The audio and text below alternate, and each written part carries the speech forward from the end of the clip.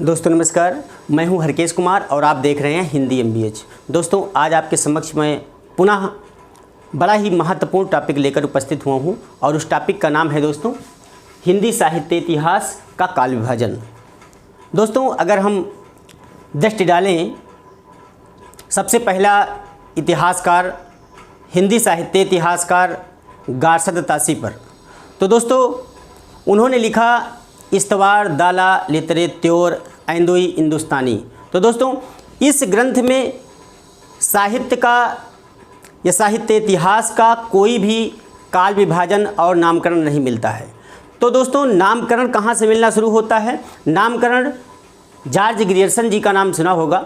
George Grierson जी ने लिखा the modern vernacular literature of Hindustan. तो दोस्तों उनके इस ग्रंथ से काल विभाजन हमको मिलना शुरू होता है। तो दोस्तों सीधा चलते हैं हम जॉर्ज ग्रियर्सन पर और देखते हैं कि किस प्रकार से इन्होंने काल विभाजन किया है। दोस्तों जॉर्ज ग्रियर्सन जी ने the modern vernacular literature of Hindustan लिखा और उसमें किस प्रकार से हिंदी साहित्य इतिहास का काल विभाजन किया है। सबसे पहले दोस्तों अगर हम बात करें, सबसे पहला विभाजन उन्होंने एक किस नाम से किया? चारण काल के नाम से। किस नाम से दोस्तों? याद रखिएगा ये टॉपिक बड़ा ही महत्वपूर्ण है। ये केबीएस, एनबीएस, टीजीटी, पीजीटी या यूजीसी नेट के लिए खासकर बड़ा ही महत्वपूर्ण है। दोस्तों चारण काल 700 ईस्वी से 1300 ईस्वी तक मानते हैं। जो पहला इन्होंने नामकरण किया चारण काल, चारण काल मतलब आदिकाल को इन्होंने चारण काल कहा था। तो 700 ईस्वी से 1300 ईस्वी तक मानते हैं। दोस्तों दूसरा है 15वीं सदी का धार्मिक पुनर्जागरण। दूसरा है 15वीं सदी का धार्मिक पुनर्जागरण। दोस्तों अगला है इन्होंने लिखा जायसी की प्रेम कविता, जायसी की प्रेम कविता। और दोस्तों चौथा है ब्रज का कृष्ण संप्रदाय, ब्रज का कृष्ण संप्रदाय 1500 से 1600 ईस्वी के बीच में। इन्होंने कहा कि जो चौथा है कालखंड वो है ब्रज का कृष्ण संप्रदाय और वो 1500 ईस्वी से 1600 ईस्वी तक चला। दोस्तों अगला इन्होंने काल विभाजन किया मुगल दरबार का, मुगल दरबार का। और दोस्तों छठा इन्होंने किया तुलसीदास का, छठा तुलसीदास का। और अगला जो काल विभाजन इन्होंने किया रीतिकाल, रीतिकाल, रीतिकाल को इन्होंने माना 1580 से 1692 ईस्वी तक, 1580 से 1692 ईस्वी तक रीत काव्य को इन्होंने माना। अब दोस्तों बात करें हम 8वें काल विभाजन की, तो तुलसी के अन्य परवर्ती, तुलसी के अन्य परवर्ती 1600 ईस्वी से 1700 ईस्वी तक मानते हैं। तुलसी के अन्य परवर्ती मतलब तुलसीदास के पश्चात जो महान कवि आए उनको इन्होंने लिखा कि तुलसी के अन्य परवर्ती, और ये काल खंड चला 1600 ईस्वी से 1700 ईस्वी के मध्य तक। अब दोस्तों अगर हम बात करें अगला काल विभाजन की, तो 18वीं शताब्दी, 18वीं शताब्दी के नाम से 9वां काल विभाजन किया। और 10वां काल विभाजन करते हैं कंपनी के शासन में हिंदुस्तान, कंपनी के शासन में हिंदुस्तान। और ये इन्होंने माना 1800 से 1857 ईस्वी तक, 1800 से 1857 ईस्वी तक इन्होंने माना। अब बात करें दोस्तों अगले काल विभाजन की, तो विक्टोरिया के शासन में हिंदुस्तान एवं विविध, विक्टोरिया के शासन काल में हिंदुस्तान एवं विविध। तो दोस्तों ये जॉर्ज ग्रियर्सन का काल विभाजन रहा। याद रखिएगा महत्वपूर्ण है जॉर्ज ग्रियर्सन का भी, तो हालांकि इन्होंने बहुत अच्छा प्रयास किया शुरुआत में, चूँकि इसके पहले जितने भी कवि थे या हिंदी साहित्य इतिहासकार थे उन्होंने काल विभाजन का और नामकरण का कोई प्रयास नहीं किया, लेकिन बहुत ही सराहनीय कार्य जॉर्ज ग्रियर्सन जी के द्वारा हुआ। सबसे पहला इन्होंने जॉर्ज ग्रियर्सन जी ने नामकरण भी किया और काल का विभाजन का प्रयास भी किया। तो दोस्तों अब चलते हैं हम, अगला साहित्य इतिहासकार रहा है मिश्र बंधु। ये जानते हैं आप बिहार के तीनों भाई थे। मिश्र बंधुओं द्वारा किस प्रकार से काल विभाजन हुआ इस पर हम थोड़ा सा अपनी दृष्टि डालेंगे। दोस्तों इन्होंने सबसे पहला काल विभाजन किया प्रारंभिक काल के नाम से। किस नाम से? प्रारंभिक काल के नाम से। इन्होंने कहा जो पहला हिंदी साहित्य इतिहास में जो पहला कालखंड है वो है प्रारंभिक काल। कौन है दोस्तों? प्रारंभिक काल। प्रारंभिक काल को मिश्र बंधुओं ने दो भागों में विभाजित कर दिया। दो भागों में विभाजित किया। अब पहला है पूर्व प्रारंभिक काल, पहला है पूर्व प्रारंभिक काल और दूसरा है उत्तर प्रारंभिक काल। पहला पूर्व प्रारंभिक काल, दूसरा उत्तर प्रारंभिक काल। अब दोस्तों मिश्रबंधु ने प्रारंभिक काल का समय क्या माना?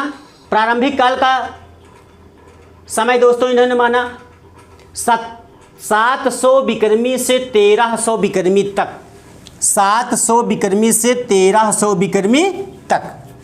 अब दोस्तों बात करें हम खा नंबर की, तो चूंकि इन्होंने प्रारंभिक काल को दो भागों में विभाजित किया, एक पूर्व प्रारंभिक काल, एक उत्तर प्रारंभिक काल, तो पूर्व प्रारंभिक काल का समय इन्होंने माना 700 विक्रमी से 1300 विक्रमी तक और उत्तर प्रारंभिक काल का समय इन्होंने माना 1344 विक्रमी से 1444 विक्रमी तक। दोस्तों ये केबीएस हो, एनबीएस हो, टीजी हो, पीजी हो, सब में पूछा जाता है, याद रखिएगा।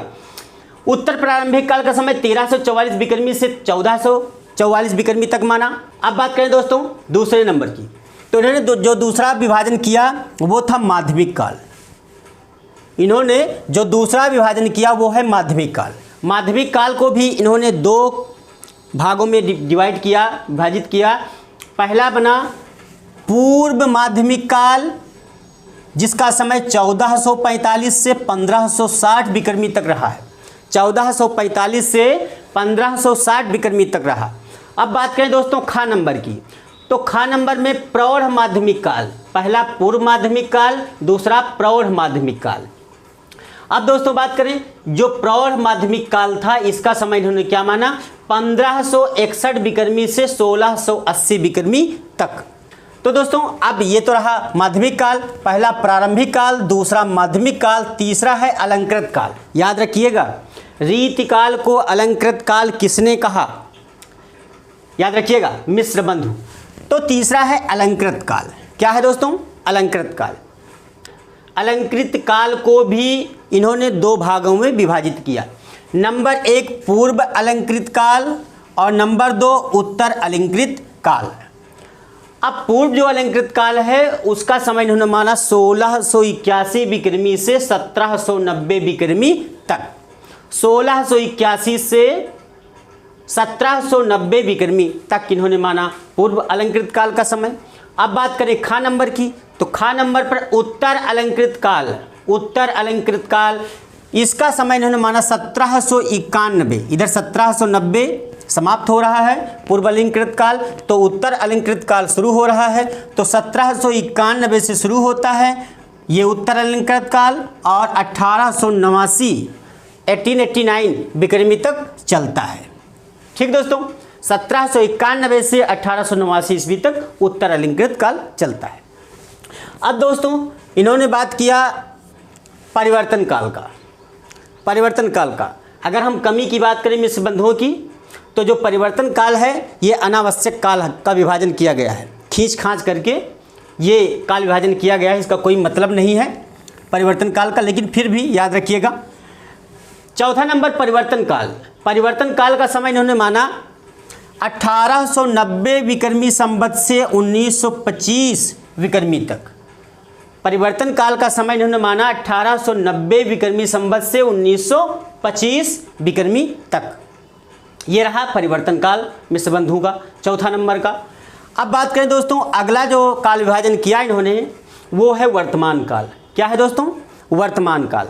वर्तमान काल का समय मिश्रबंधुओं ने माना 1926 विक्रमी से आज तक। वर्तमान काल का माना 1926 विक्रमी से आज तक वर्तमान काल का समय है। ठीक दोस्तों, अब बात ये तो रहा मिश्रबंधुओं का, मिश्रबंधुओं के द्वारा जो काल विभाजन हुआ। अब बात करें जो दोस्तों जो सबसे सटीक काल विभाजन हुआ है, जैसे आप भी जानते हैं हम भी जानते हैं, आचार्य रामचंद्र शुक्ल जी का। आचार्य रामचंद्र शुक्ल जी का हिंदी साहित्य का इतिहास 1929 ईस्वी में किस प्रकार से उन्होंने काल विभाजन किया है वो आपके समक्ष द्रष्टव्य है। दोस्तों अब हम बात करें आचार्य रामचंद्र शुक्ल की, तो उन्होंने सबसे पहला काल खंड इनका रहा वीर गाथा काल। कौन दोस्तों? वीर गाथा काल या आदिकाल। वीर गाथा काल या आदिकाल। आदिकाल को वीर गाथा काल नाम किसने दिया था? आचार्य रामचंद्र शुक्ल जी ने। वीरगाथा काल या आदिकाल, इसका समय रहा संवत 1050 से 1375 ईस्वी तक। बहुत आवश्यक है, बड़ा ही इम्पॉर्टेंट आचार्य रामचंद्र शुक्ल जी का काल विभाजन रहा है, यहीं से प्रश्न अधिकतर आते हैं दोस्तों।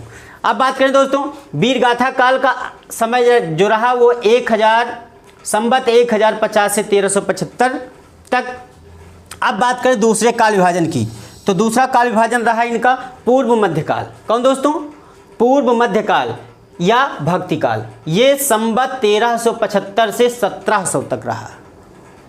पूर्व मध्यकाल, भक्तिकाल संवत 1375 से 1700 तक रहा दोस्तों। अब हम बात करें अगले काल विभाजन की, तो उत्तर मध्यकाल, यानी पूर्व मध्यकाल को ही भक्तिकाल कहा जाता है, अब उत्तर मध्यकाल को रीतिकाल कहा जाता है। आप कह रहे हैं कि जो तीसरा काल विभाजन है वो उत्तर मध्यकाल या रीतिकाल है, जिसका समय संवत 1700 से 1900 ईस्वी तक रहा है। रीतिकाल का समय यानी उत्तर मध्यकाल का समय संवत 1700 से 1900 तक रहा। अब बात करें दोस्तों, जो आधुनिक